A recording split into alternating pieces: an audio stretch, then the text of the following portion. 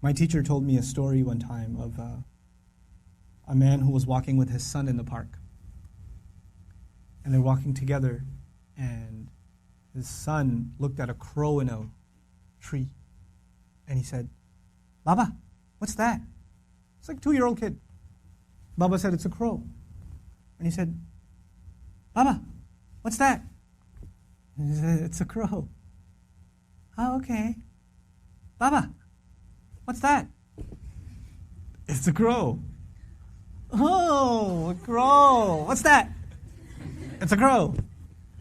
It went on for 10 minutes. He asked him 30 times, he counted. Dad kept a score, and he put it in his little journal. "My son, today we were walking in the park, asked me about a crow 30 times. It was the cutest thing in the world." 30 years go by. The son is not 2, the son is 32. Father calls him, "Son, can I come over?" "Dad, it's not a good time right now." "Son, just bear with me. I just need like 10 to 15 minutes. That's all I need. Just go for a drive. I need to talk to you about something." Whatever. You know what? Okay, fine. So he comes over, gets in the car. They drive over to a park. "What's this about, Dad? Can you tell me quickly? I got things to do." "Just take a walk with me, son. It's okay." I'll take a walk. I see a crow in a tree. The dad says, "Son, what's that?" "Seriously, Father? It's a crow." "Oh, son, what's that?" "Is this a game? I have things to do, okay?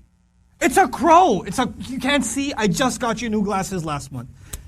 Why is this happening to me? Dad, why are you so difficult? I don't understand what the problem is. Just tell me what you really want. I'm busy, okay?" The dad pulls out his journal. He says, "Son, this is something that happened 30 years ago. We were walking down this park. You saw a crow. And you asked me 30 times. And I gave you a smile every time. You couldn't handle twice. What are we giving our parents?" I'm not even bringing Allah into the picture. The fact that Allah mentioned Himself and then mentioned His parents is, you think about that. But what have they done for us and what have we done for them? What have we done for them? How many parents leave, like their children are in ICUs, and they stand there and hovering over this little glass box with a baby inside, 24 hours a day, 7 days a week, standing in a hospital, not even sitting down, standing in a hospital, like feeding off of like vending machines. And that same kid grows up and doesn't have the time to call. That same kid. You know? How many mothers almost died giving birth? Almost died giving birth. And now it's so difficult to respond to her call. Or to just give her just a couple of minutes a day. Just let her feel a little important. You know how unfair that is, that you were the most important thing to them and they are so insignificant to you? How unfair that is? You know? They carry that pain with them every day, that I am nothing to my children. I mean nothing to them. I'm worthless to them. You know, they have no time for me. When something is worth something to you, it gets your time. Most of you at this age, you want to just get away from your parents. You just want to be with your friends. You want to be on your own. You just don't want to be with your parents. You know? That's... You develop this crooked habit now, and it will only get worse over time. Our parents have very, very, very strong emotions. They're very protective of us. For them, you won't know this until you become a parent. For them, it doesn't matter when you turn 60, you're still their baby. They still remember changing your diaper. They still remember feeding you milk. They still remember burping you and cleaning up after you peed in the back seat.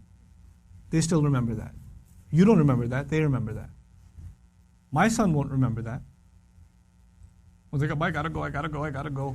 Then all of a sudden he stops complaining. I'm like, oh, time to roll down the windows.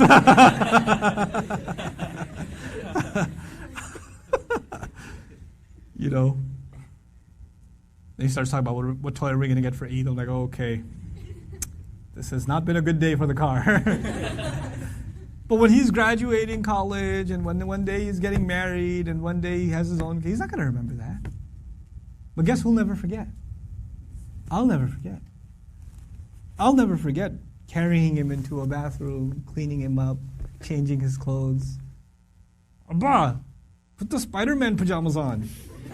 He won't remember any of that. I will. And that same kid, when he's talking back to me one day, when he's telling me, Dad, I just don't understand you, okay? I don't have time right now. When he does, it's going to hurt, man. It's going to hurt. That's what you do to your parents. That's what I do to my parents. They were our life. They gave up their life for us. Our parents gave up careers for us. Our parents gave up vacations for us. Our parents gave up friends for us. You know that? I know that now. I didn't know that then. They had their entire life planned until you came along. And then you became their plan. You became everything.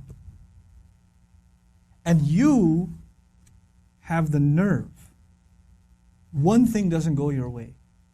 You hear one thing you don't want to hear. You snap back at them. It says, we're not even talking about Islam right now.